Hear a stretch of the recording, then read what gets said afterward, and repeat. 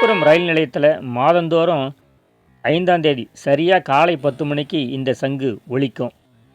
ஏன்னா ரயில் விபத்துகள் ஏற்படும் பொழுது அதற்கான மீட்பு பணியில் ஈடுபடக்கூடிய ஊழியர்களை தயார்படுத்துறதுக்காக அவங்க எப்பவும் அலர்ட்டாக இருக்கணும் அப்படிங்கிறதுக்காகத்தான் இந்த சங்கு ஒலிக்கிற வழக்கம் இருந்துக்கிட்டு வருது.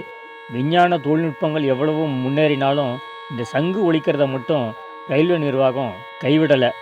அப்புறம் சங்கு ஒலிப்பது சரியாக இருக்கிறதா அப்படிங்கிறத டெஸ்ட் பண்ணுறதுக்காக மாதந்தோறும் 5ஆம் தேதி காலை 10 மணியை தேர்வு செஞ்சுருக்கிறாங்க. இந்த தகவல் உங்களுக்கு தெரியுமா?